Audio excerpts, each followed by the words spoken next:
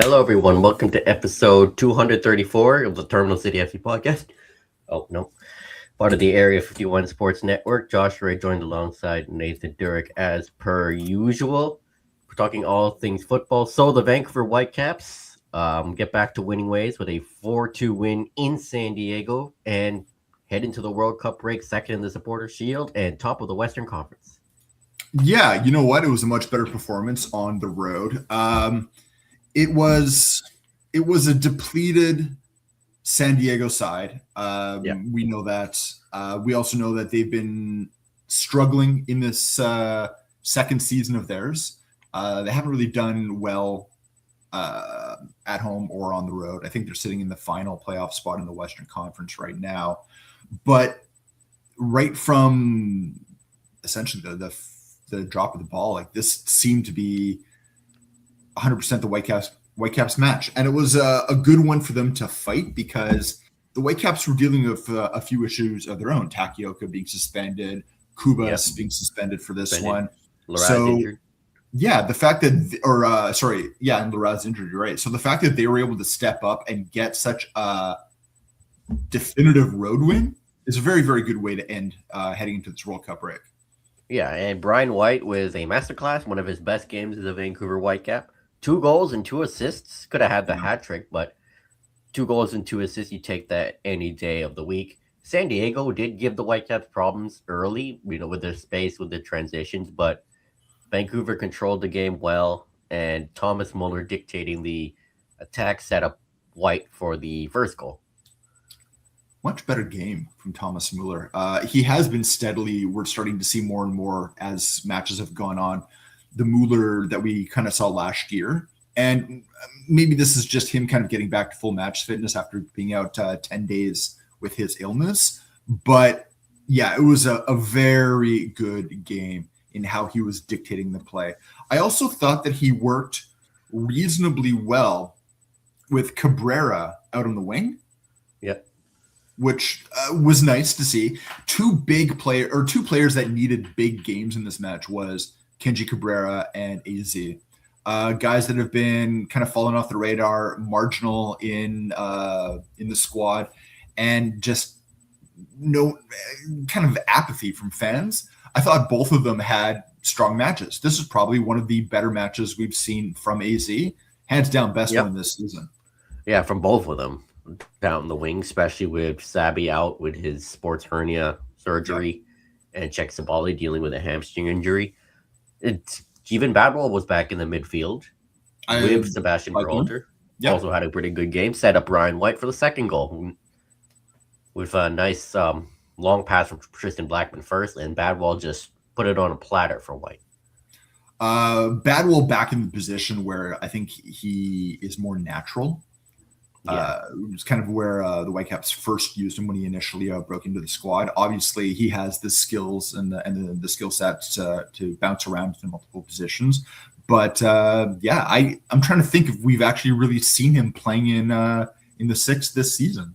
Not as much. Mostly as in the 10 or in the wing due to the amount of injuries to the forwards. But San Diego transition ball, giving the Whitecaps a bit of problems, but other than a screamer from Vasquez in the second half, nothing really too much. It was him and Dreyer making the most impact for San Diego, but Whitecaps kept being in control.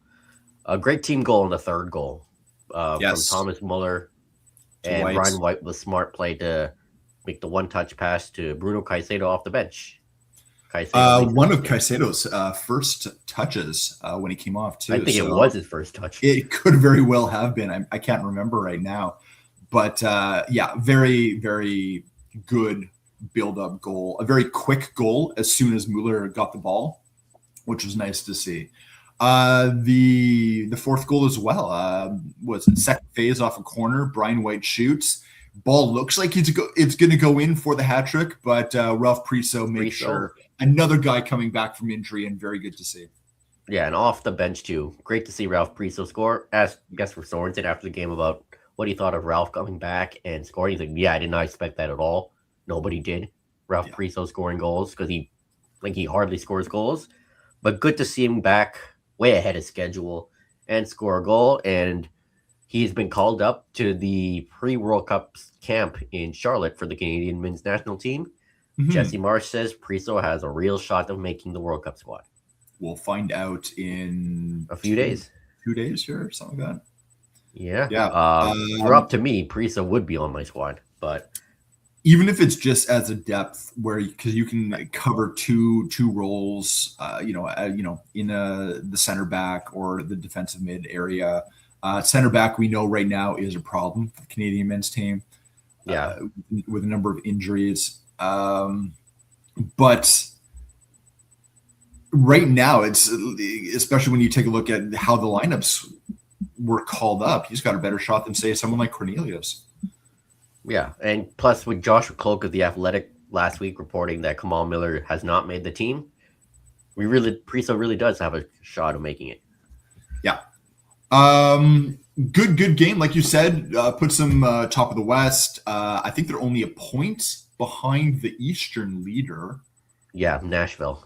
Nashville. Nashville. So, and who are flying? depending on the games played, Vancouver Whitecaps have only played 14 games. They're tied on points with San Jose, but they've played one extra game. So I'm not too sure. Plus, they have the goal differential. The goal differential. And Nashville has played the same number of games as the Whitecaps. So that 1 point does mean quite a bit. Right now, Whitecaps are off.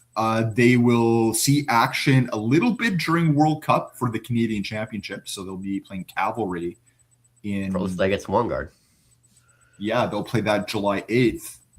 But right now it's the boys that have been called up and everyone else taking a bit of a rest. Yeah. So far this season, it seems like the Whitecaps are on pace. I don't know what the exact number is to surpass last season, which is they're on pace to surpass last season. I saw one stat where they said last year with the Whitecaps 66 goals, that was a record for them in MLS. Right now they're on pace to be over 70 goals. Their average XG per game, I think, is the highest in MLS. Their points. Brian White leads the league in XG for players. Yeah, like they're no surprise. They're on pace for another season where they're going to at least break Whitecaps records, if not MLS records. Yeah, and the Supporter Shield race, it's a real possibility for the Whitecaps this year than it seemed last year. They were like 5th, 6th in the race around this time last year. This time they're 2nd. Yeah. It's one of those things, and it was kind of funny because I remember as soon as the Whitecaps bowed out of Champions Cup, yep, the power rankings that came out, everyone's got their own different power rankings, but Matt Doyle, big name when it comes to MLS analysts, the only thing he wrote was the Whitecaps are now winning the Supporter Shield because they didn't have anything else to concentrate on, right? They're not playing these games every 3 days. They can actually afford to rest players and be there. That's why you've seen a back line that hasn't switched and they haven't really skipped a beat. That's why the only time you really see players out is if they're suspended. Yeah, a couple of injuries come in, but it's been depth guys so far. Yeah. And also, since 2020, no team has posted a better regular record than the Whitecaps. 28 wins, 9 losses, 11 draws in that span. And they have scored 100 goals since the beginning of 2025. Second most. Absolutely bizarre, like insane. And numbers. Allowed just 50. Yeah. Fewest goals in that time span. The fact that they're actually under a goal against per match is great. Yeah, I believe it tells you how much this back line is cleaned up. This season, top 3 in goals scored, top 3 in goals conceded. Less goals conceded. So Whitecaps are among the elites of MLS, and yeah, it's been a good season so far, despite all the, off-pitch stuff, being quiet on that front for the past couple weeks. But the football has been good. No last season hangover for the most part. Sure, there are some things to iron out, like final third play, low blocks, but everyone seems to be doing their job. Absolutely. We talked about call ups with pre-so to the pre-match. We do know some players that have actually been called up for their teams for the World Cup. We talked about Ryan Alumi being called up for Tunisia. Sebastian Berhalter, a lot has been made this week of his call up in the midfield for the American men's national team.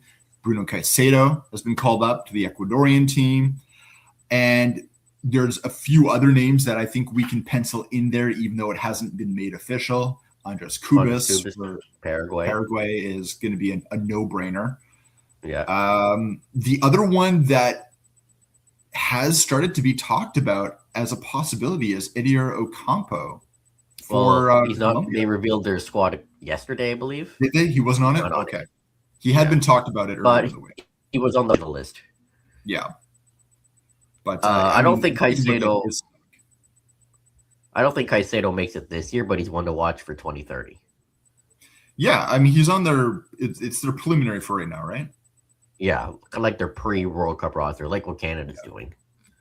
And Sebastian Berhalter, well-deserved call-up for the U.S. men's national team. Of course, some people, some American fans, the Euro snobs, say, "Oh, why call him up? MLS player, all that." But these people, I don't think they've seen him play. I mean, there is that as well. There's also still the stigma with MLS not being a top global league. And I mean, they're definitely up there. I mean, top 20 easily. I don't know if they're pushing top 10, but they got to be not too far off that. Last I checked, they were like 8th on the Opta rankings. I'm going to bring up the I'm not too sure. I think there's probably a few in there that I might move further ahead of MLS, but it's at the point where it's almost splitting hairs. I think Berhalter is I think it's an astute call up, but I will say in the midfield, the Americans are thin. The midfield looks like the Americans' weakness because other than McKennie, I think McKennie and Adams are like the two big guys. Yeah. But other than that, question marks. Even Berhalter, like, will he perform at the World Cup? There is that, right? I mean, a question mark I have is calling up Gio Reyna instead of like Diego Luna. Yeah. It feels like Reyna has fallen off a cliff past couple of years. Well, and then there's just the whole fiasco of what happened with his family and the Berhalters and all that stuff. He's a guy that just doesn't seem to deal with the pressure. Exactly, yeah. Of course, a lot of, there are other MLS names here, like all the 3 goalkeepers. MLS. Yeah. Matt Freese, I would assume is the starter. Miles Robinson, one of the MLS best defenders, is on there. Max Armstrong, Columbus Crew. Christian Roldan. Interesting to see his name up there. No Diego Luna, which was a big surprise to a lot of people. Yeah, Roldan, a lot of people weren't too happy with. But, Roldan will play one of the games in his home stadium. There you go. One of the U.S. games is in Seattle. So that's the U.S. squad. Canada will reveal theirs, I believe, on Thursday. We'll have coverage of that. And good on Sebastian Berhalter for, making the American squad. And good on Pochettino for recognizing his worth. Mm-hmm. All right. So the Canadian men's national team are having their pre-World Cup camp in Charlotte. Alphonso Davies is not there currently, but he will in a few days. Jesse Marsch did reveal that he will play in the tournament, but probably won't be ready for the first game against Bosnia. My thing is even when he is ready, how many minutes a game are you expecting of him right now? That's the thing. I get it. Yeah, maybe like I understand you have to call him up. He has to be there. Plus, the rosters are a decent enough size where you can afford to have him up there and not have him play everything. But even if you put him in a match, do you get a half? I don't know if you get 60. Yeah, a half maybe, depending on how well his hamstring has been, because it's been a rough couple of years. Like the guy can't stay healthy. Yeah. Um, and plus, for that first game, Richie Larea has done well at left back for Canada. So there's that. There's depth there. And Jesse Marsh has been given a 4-year extension, Yes. a well-deserved extension, and he's pretty happy to be the Canadian coach, and he will continue to do so for the next 4 years. One thing that had come out is because we all know that Marsh's contract is paid in part by the MLS teams in Canada, and with the impending sale going on for the Whitecaps and whatever happens with that, is there was a commitment to, regardless of what happens with that sale, is that the current owners would still contribute to Marsh's contract. So that was nice to see. And apparently MLSE is not really involved. Whatever they're. Oh yes, that is true. Yeah. Uh, Are we surprised? I hate to say it, but really. MLSE, I mean, they're not even involved in, like, even like after the Whitecaps got named that they were going to be bringing in the Rise to the NSL, for AFC Toronto, they had to find their own person. Like MLSE was like, not our bag. Yeah. So MLSE is more concerned, I guess, with the Leafs, the Raptors, and yeah. I don't know. I'm trying to find an NFL team to bring in. Oh yeah, with that. Yeah, the 32-man squad in Charlotte. Let's bring it up here for those watching. So yeah, these are the names that have been called up. Ralph Priso, as mentioned, is on there, and many of the names that you'd expect to see, and names that are still fighting, like Zorhan Basong or Jason Russell Rowe and Jaden Nelson. Yeah.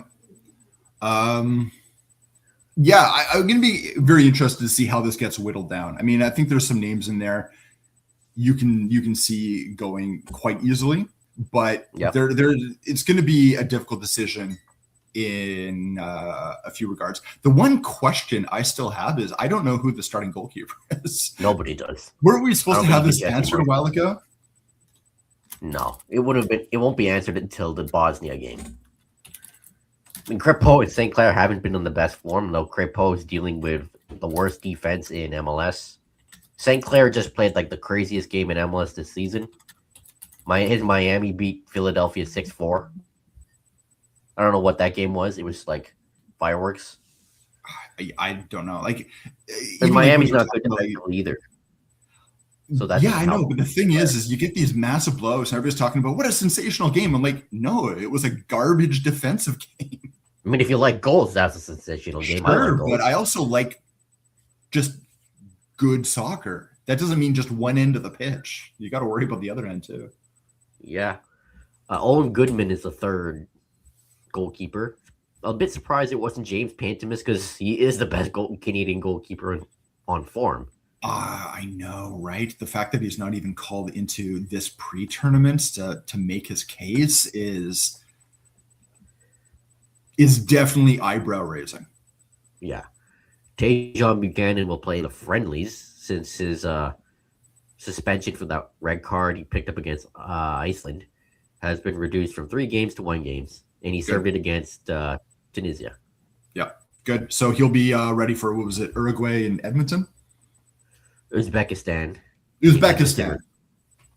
I wish it was Uruguay, but yeah. Uzbekistan is going to be interesting just because there's not a lot of knowledge. They are in the World Cup. So, I mean, I don't know. Be interesting to see what you get. Although I never thought I'd see the sentence Uzbekistan and Edmonton.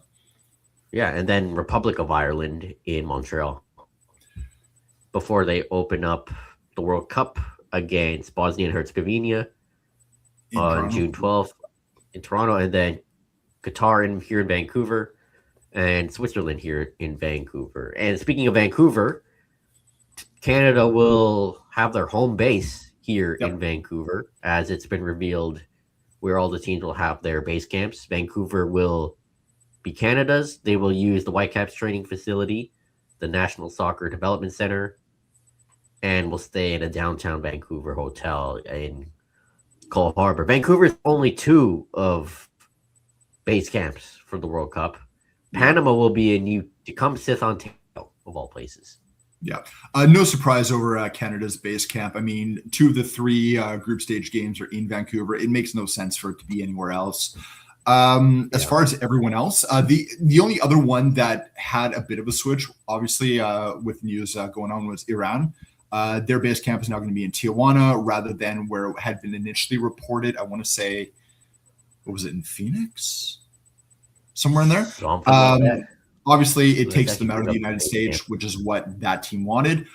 It takes them closer to where their matches are going to be played in California. So even from that standpoint, it makes sense. So Kansas City with a bunch, like Argentina's will be at the SKC Training Center, Algeria at the University of Kansas.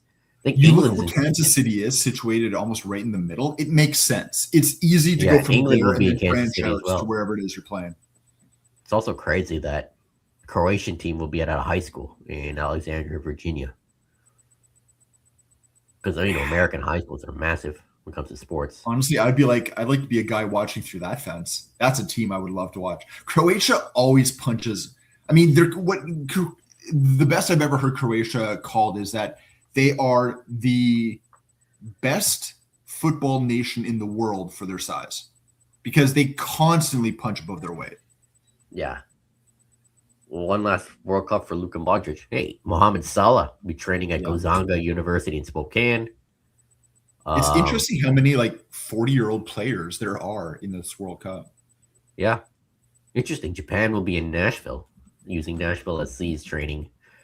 Good. Facility. Yeah, no, I mean, all these current MLS training grounds would be exactly where you think a team would go, right? Yeah. I can't remember which team it was, but somewhere here. They're using Austin's stadium. The stadium? Yeah. Interesting. Because it's not a World Cup ground. Yeah. Yeah. Belgium's using the Sounders ground. There again, another Kansas City, Netherlands. New Zealand, University of San Diego. Yep, as I mentioned, Panama, New Tecumseth, Ontario, of all places. A lot spacing. Oh, here, Saudi Arabia. Interesting. I'm looking there. Qatar and Switzerland are both playing out of California, yet they're in, our group. You would have thought they would have at least tried to have put them in one of the northern states. Yeah, but it's California, not too far of a flight. The Americans will be also in California. Yeah. Uruguay and Cancun. And yes, Uzbekistan using Atlanta United's training center. Very nice. All right. Yeah, so that's the base camps for the upcoming World Cup. Canada will be here in Vancouver, just a few weeks away now, where I'll have all sorts of coverage for the World Cup. Fortunately, Nathan and I have been rejected from covering the games live in person. Not surprising, but that doesn't stop us from covering the World Cup on this podcast and for Area 51 Sports Network. We'll be wrapping up the coverage more in a few weeks. Back to Vancouver. The Vancouver Rise back-to-back wins, a 2-1 win at Swangard on Saturday over AFC Toronto. Really good start. Sucks they couldn't keep the clean sheet, but it was a good game all around. Very good game. I mean, we talked about it last week with the change in formation that we saw against Halifax. They've kept that up, that 3-4-3 going forward. It looks good. They found that width. They're still trying to figure out, what's going on. But when we think about it, they're already 20% through their season, 25-game season, 5 games in. But this win in particular moves them out of the basement of the league. They're now in that final playoff spot in 4th. But it's a somewhat congested midfield. So you take a look, another win, depending on results elsewhere, could move them as high as 2nd. It's very early in the season. We got a chance to talk with Anna Heiner-Moller of whether it's kind of, if you're going to have this sort of adversity, this sort of kind of blip, is it better to have it at the beginning of the season when you can now have the actual time to do something about it? And they are making that switch. I got a chance to talk with Anna Bout and Mia Pante about this as well. And it did make sense to them. They were even going back further to halfway through the match with the Montreal Roses as a bit of a turning point, and of them trying to figure out what's gelling, what's working. Interesting note with Mia Pante. 2 games that she's played so far, 2 wins. Yeah, she's done well. Yeah. I should also mention Jessica Wolf, 2 games in net, 2 wins. That as well. She did well. Really, really good for the Japanese goalkeeper. Part of the Rise Academy came up through there, now playing on the senior team. I'm curious to see if this is just to give McCaslin a break, or if they're looking at maybe going with Wolf for a few more matches just because she has looked well. The other thing is as good as Wolf has looked, the defensive line has looked better as well. So Wolf is seeing fewer shots than McCaslin on target. With that 3-4-3, it looks more structured. It does. And the fact that you're getting whoever's playing on that left dropping back. In against Halifax, it was Okamoto. Against Toronto, it was Pante. Dropping back, making it a back 4 during the defensive phase. It kind of reminds you, it goes back to the Vanni Sartini, what he used to call the back 3.5, right? 3.5. It kind of feels like that. Kind of feels like that way. It's working. It's working. Hope to see it continue. Yeah. Latifa Abdu, great goal early, pouncing on the AFC Toronto defender mistake. She drew the penalty, and Quinn just, again, blasted into the net. Yeah. Also, I'm going to throw out there another strong game for Timoth on defense. The way she was going to be really, really fantastic to watch. Yeah. So far, a good signing. She's only been here a few weeks, though. Feels like she settled in well. I think because she was coming from the A League, and I think they were kind of in the middle of their season. So, yeah. But good win for the Vancouver Rise. They'll be in Montreal on Saturday, and they're going to see if they can get a 3rd straight win and get revenge for that 4-0 drubbing in Montreal a few weeks ago. Yeah. And then let me see where they are in the standings. 4th with 6 points, but it's tight. A win could push them up to 2nd, depending on other results. And Montreal is 4-1-0 with 13 points. They're on top. Yeah, Montreal's done very, very well. Yeah, and I'm very impressed with the way, the Rise handled Kaylee Hunter and the rest of the Toronto. Honestly, like you Toronto didn't really mention her anything name that much in that game, so it was nice. Yeah, and good on Cowart and Yeka as the 2 center backs against Toronto as well. Yeah. Speaking of women's football, the Canadian women's national team is going to be facing Costa Rica coming up here on the 26th. Basically 1 month, less a day from today. The roster has been announced. A couple of interesting surprises. Ashley Lawrence is back in the lineup. Yeah, I know she's dealt with a lot of injuries. Yeah. Good to see her. Chloe Lacasse making her way back in. Holly Ward, of former Rise fame. Now Seattle a couple of also another former player in the NSL in Emma Reagan, and DB Pridham, Golden Boot winner of NSL last year, playing with Ottawa Rapid. I believe she might be the only NSL player on there, if I'm not mistaken. From what I could see, yes. Yeah. But former NSL players. Yeah, making it. And of course, there's the young Sydney Collins, Simi Uju, Marie Yasminaladu making it. And seasoned veteran still like Zadorsky. Yeah. They're going to play her until she's 60. Yeah. Decent roster. And hopefully Canada can get back on track. Quinn was snubbed. They get to stay home. It's just the last time Quinn was called out. Yeah. I think it's been. I think they are retired internationally too, aren't they? I don't think so. I'm not too sure. I mean, Yeah. they're Okay. only like what, 30, I honestly don't know.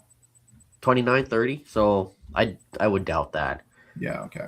Oh yeah, Jordan Listro hasn't had a cap in 5 years. Elizabeth Yeah. Say is also another young one for the back line. Yeah, it looks like depth in the midfield is still something Canada needs. Yeah. Could have called him Quinn, but There you I go. digress. So yeah, Final Canada will be facing, I believe, were they facing Costa Rica. Brazil? Costa Rica, yeah, in Costa Rica. Yeah. Final bit of news, North America side before we head over the Atlantic. Phil Neville, been with the Portland Timbers for quite a while, has had his contract mutually terminated. Well, that was inevitable, right? It Yeah, was only a uh, matter of time. we talked about this for quite a while. The writing has been on the wall. Um, I made the mention that it seemed like it came a few weeks too late. I've had a few Timbers players saying that it came a few years too late. So it kind of tells you what the Yep. feeling was around the team. So he always Yeah, a seemed to be little finding different. these wins right on like the game that was make or break. So Well, a loss to San Jose at home was the final straw. yeah. I So wonder where they're Phil heading into Neville the will go break next. looking for a coach. It sounds like they want to have a coach before the World Cup. They don't want to wait for the coach merry-go-round afterwards. So yeah, we'll have to watch to see Yeah, where that comes. yeah, and wonder if Phil Neville will get another coaching job somewhere. Uh, I don't. I mean, It might take a little bit of time off, but I mean, he has now coached with multiple teams. It kind of seems that's where he wants to be. It's just going to be interesting to see if he stays in North America. yeah, I mean, he was with the Canadian setup for a little bit as an assistant. Yeah, what was that? Even 6 months? I don't even know. So maybe he takes. I don't know. I doubt he takes an assistant job. Maybe take some time off, Yeah, we'll have to see. or maybe he goes back to England. All right. Well, speaking He's of a better England, coach than European his leagues brother. are over. Let's talk about Chelsea first. Thank God. Yeah, thank God that season is over. Because what an absolute embarrassment, a waste of a season after winning the Club World Cup. I had hopes and expectations, and Chelsea finished 10th. 10th. You know what? This was a lot. This season was way worse than 22-23, given the Yeah. expectations going into it. One win since March, and that was against Spurs, because of course it was. 2-1 loss to Sunderland on the final day. What's the kicker is that all they needed was a draw to get Europa League, and Man United absolutely handled Brighton. And Michael Carrick is officially their manager now. But no, they couldn't even get that because many of the players were all the players were on the beach thinking about holidays or playing at the World Cup. Sunderland wanted it more and they clinched Europa League. Chelsea can get anything going from the attack. And of course, they can see the first goal 30 minutes in and just over. I believe it was Brodbery with a shot that just goes through everyone. Defense was just standing around.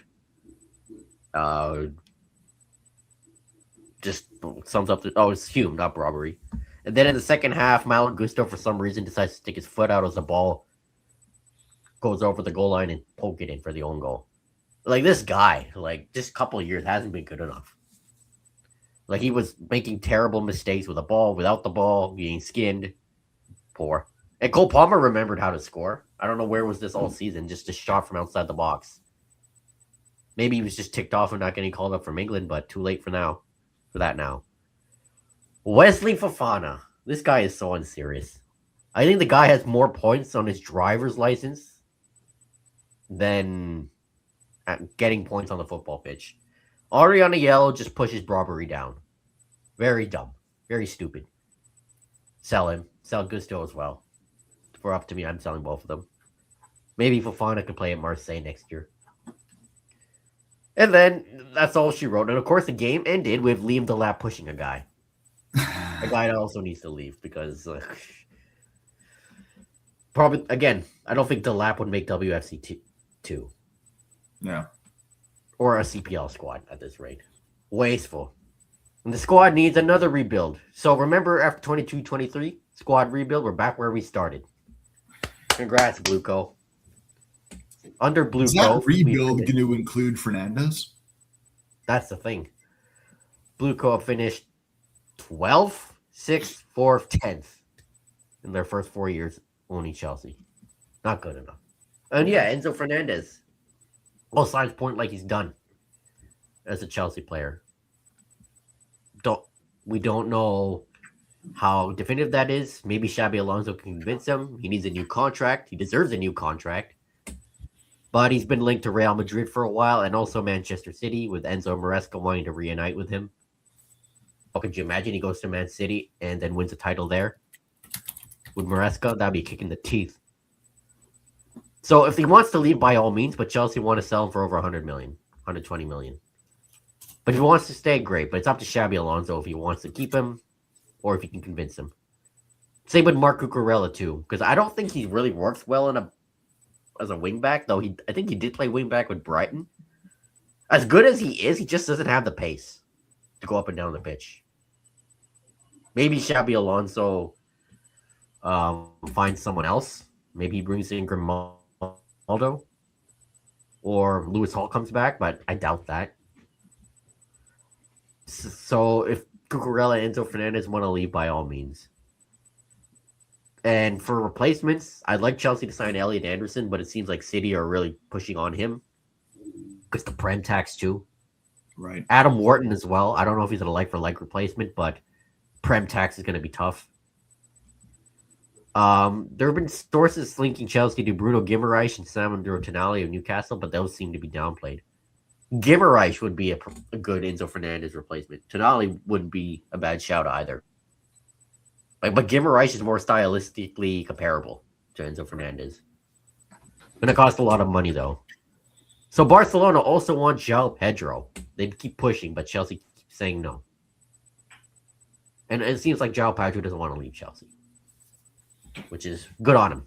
He's one of the guys that deserve to stay. Everyone else, I think about like 80 to 90% of the squad can leave, whether that's on loan or sold.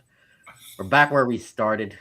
Xabi, this time we have a world-class manager. It's up to Xabi. And they keep saying, oh, Chelsea will get, well, bet Xabi Alonso. He will have a lot to say. To see it to believe it. No more 21-year-old. Valentin Barco's coming in, but that was made official like months ago. No more 19-year-olds from Spain or Brazil or wherever. So many players need to get out, bring in some first-team quality players that can help Chelsea challenge for the title next year. And a coping mechanism, last time Chelsea finished 10th, last time Hull City were in the Premier League, Chelsea won the league title. I don't know how much that plays into it, but we'll see. Spurs are staying up, and West Ham are going down. Yeah, so 1-0 win, all it took. Beautiful goal from Paulinho, and that was all she wrote. It was a decent match. Everton was always going to be a difficult game to play, although they hadn't done well kind of in the lead up to this game. But what Spurs need is they needed they needed either a draw or a win. West Ham did what they needed to do in a 3-0 win, so it was up to Spurs. They held on, got it done. So they 17th for the second year in a row, and they do stay up. So the talk now has been about the off season. There's been, and first it's kind of like the reflection on this season. So the new chairman, non-executive chairman, Peter Charrington, who took over from Daniel Levy, he admitted that there were failures in the club and that previous decisions had not been driven by footballing success, to the surprise of no one. For a long time, Daniel Levy had been running this as a business to make money, not to win matches. And you'd think winning matches, that should help you win money or make money. But the fact that they were being so they were looking for players for off-sale value. They were prioritizing the building of the stadium rather than building the squad. all these things kind of factored into it. So that's one thing that they're looking at is what to do about that. The new kind of head of the club, Vinay, was it Vinkasham? I can't remember. The guy who spent like 12 years with Arsenal.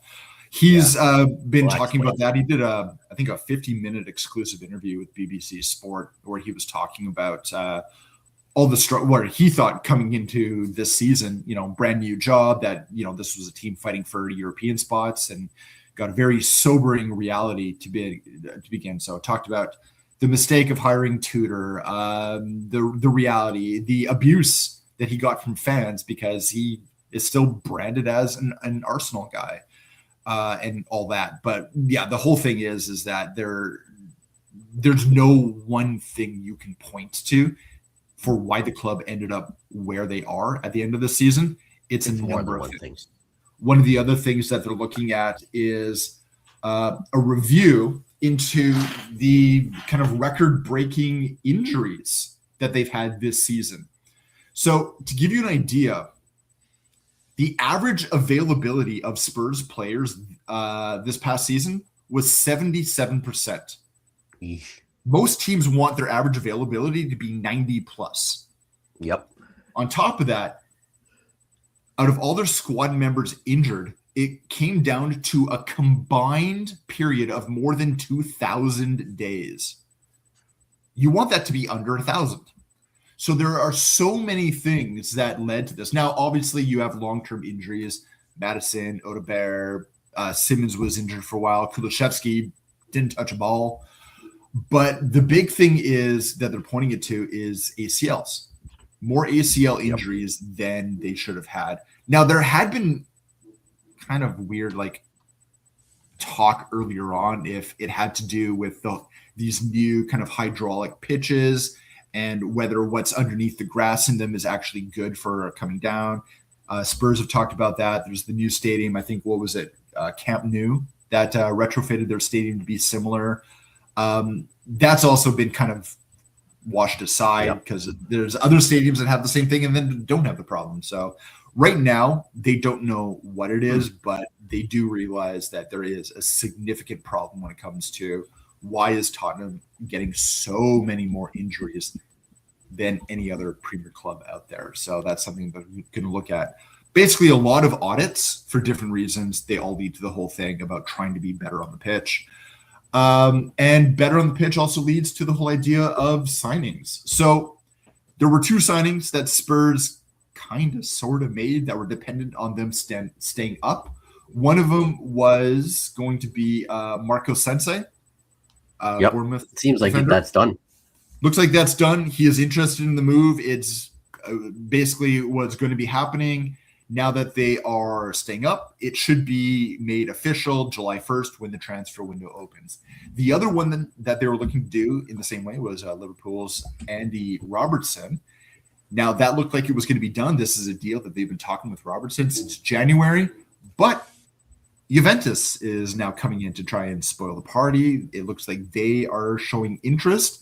They haven't formalized anything yet, but it looks like that could be a possibility. And then the decision now is up to Robertson. We'll have to wait and see what happens with that. Obviously, we know Spurs are looking for a keeper. Vicario looks like he is headed back to Italy. I don't know if it's Inter Milan or AS Roma. Probably.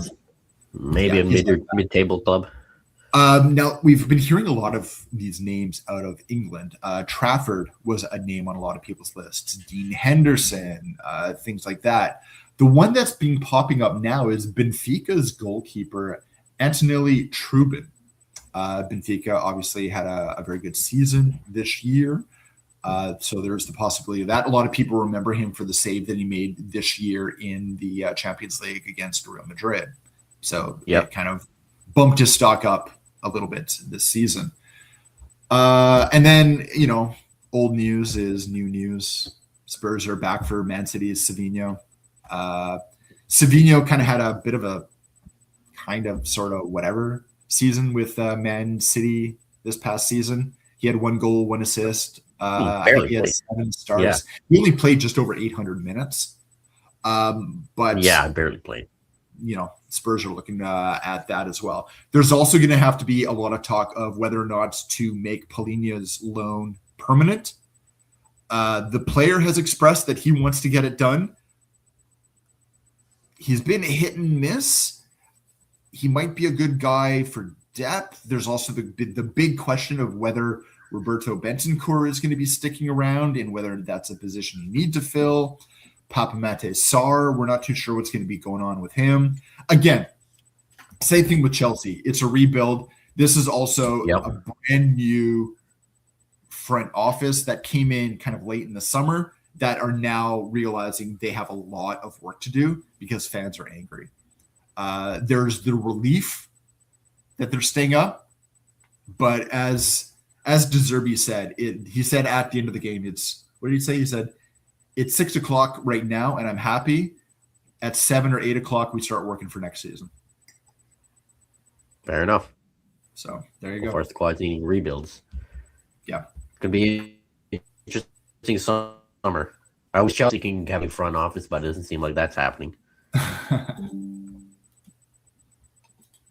Yeah. So Manchester United's captain, Bruno Fernandes, who broke the assist record, has had some more words with former Man United player Roy Keane. So Roy Keane came out basically saying that Fernandes was just padding his stats, and he was pointing to some quote that Fernandes had made of deciding to pass rather than shoot in a particular instance, which Keane is using as undeniable proof that he's just padding stats. Fernandes was doing an interview where he said, look, I'd rather talk to Keane on the phone or face-to-face because what he has said is a lie. And he actually used that word that he's calling it a lie, but said that I'd rather talk to him in person so that, I can tell him exactly what it is I'm doing. Roy Keane then leads out a cryptic post, something about sometimes people who think that they're lions are actually donkeys or something like that. I can't remember what it was. But again, this just fuels my thought of the past years of Roy Keane is just a bitter old man. I'm not the biggest Fernandes fan, and I get you're a pundit, but be a pundit. Don't just throw out gossip. I don't know. Roy Keane annoys me. Yeah, he does too. He seems like one of those guys that is a bigger version of a toddler, right? Not step bad. Yeah. I don't know. Anyway, it was kind of funny. We'll have to wait and see. Apparently, Fernandes asked former Manchester player and manager Solskjaer to get Keane's phone number so that he could actually call him. We'll have to wait and see if that happens. Yeah, we'll see.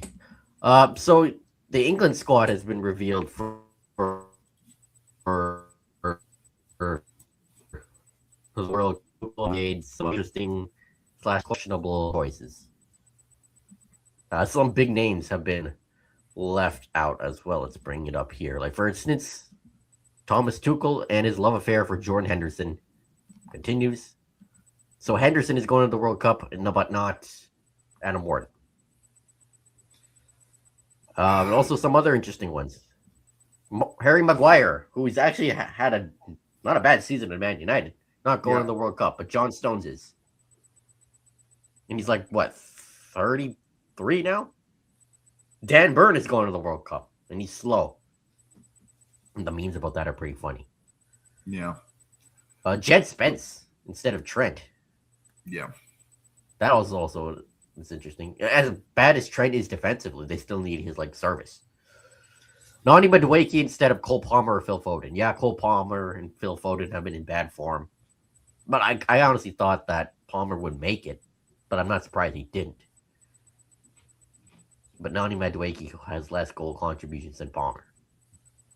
Ivan Toney is also interesting. I guess he's doing well in the Saudi League. He did very well in the Saudi League. It looks like he actually might be set for a return back to the Premier League. But he actually laid in a number. He had well over 20 goals in the season, I think. Yeah, well, if England crash out early, that's not going to look good. But if they win the World Cup, Tuchel will look like a genius. We'll have to wait and see. Some questionable decisions out there. Also, some big names that were left out that do make sense. So, He's not bringing in players Here's based off just their name, but yeah, it'll be interesting to see how they line up. Colwell didn't make it. Lewis Hall didn't make it. Yeah, Morgan Gibbs White didn't make it either. Jared Bowen was also surprising. I thought he would make it. Hey, remember, Tuchel won a Champions League with a front three of Timo Werner, Kai Havertz, and Mason Mount. Yeah. So it's possible England could still go all the way. But I don't know about this squad. It just they're going to have to get by the likes of Spain first. Yeah, and France with their depth. France, yeah. And Brazil and all those other big teams. So one last thing here regarding the World Cup. The attorneys in New York and New Jersey have launched an investigation to FIFA's World Cup ticket pricing and its subpoenas. So obviously this is in particular to the 8 matches that are being played at the MetLife Stadium. That's also where New York, New Jersey final is going to be. That's their jurisdiction. It makes sense. But there is bigger implications about this. So they're basically saying that there are complaints that FIFA misled fans by inaccurate stadium maps when tickets were being bought, the creation of higher priced front row categories after millions of tickets had already been sold in these areas. And then also just the whole kind of pricing format that they've tried to usher in this year rather than previous years. So they put out subpoenas, which is to compel testimony. My guess is this is a big nothing. Nothing's going to happen of it. Or if anything, they're going to get testimony. They're going to see it. They're going to say what you do is bad practice. But hey, they have pretty much. Right. Yeah, I mean, people are saying, oh, no one should be paying this much. New Yorkers, you're ignoring like the average New Yorker, New Jersey citizen and all that. That's what I'm reading. Yeah. And, but, I mean, did you hear what the head of UEFA said? The head of UEFA said people are still buying the tickets. So if they're buying the tickets, what does it matter? Yeah, but hold on, the average. They don't care about getting the average person. They want the person that's going to pay the money. And if it's not the average person, they don't care. So nothing's going to happen about this. But it's interesting that you're actually seeing the potential of a court case brewing from this. Yeah, but by the way, New York seems like hosted the Knicks NBA Finals game at Madison Square Garden, and the World Cup game, which features France, I believe, at New York, New Jersey Stadium, might be on the same day next month. That's gonna be hell. That'll be fun. Yeah, but if don't let's get it started on remember that they jacked up the train ticket prices.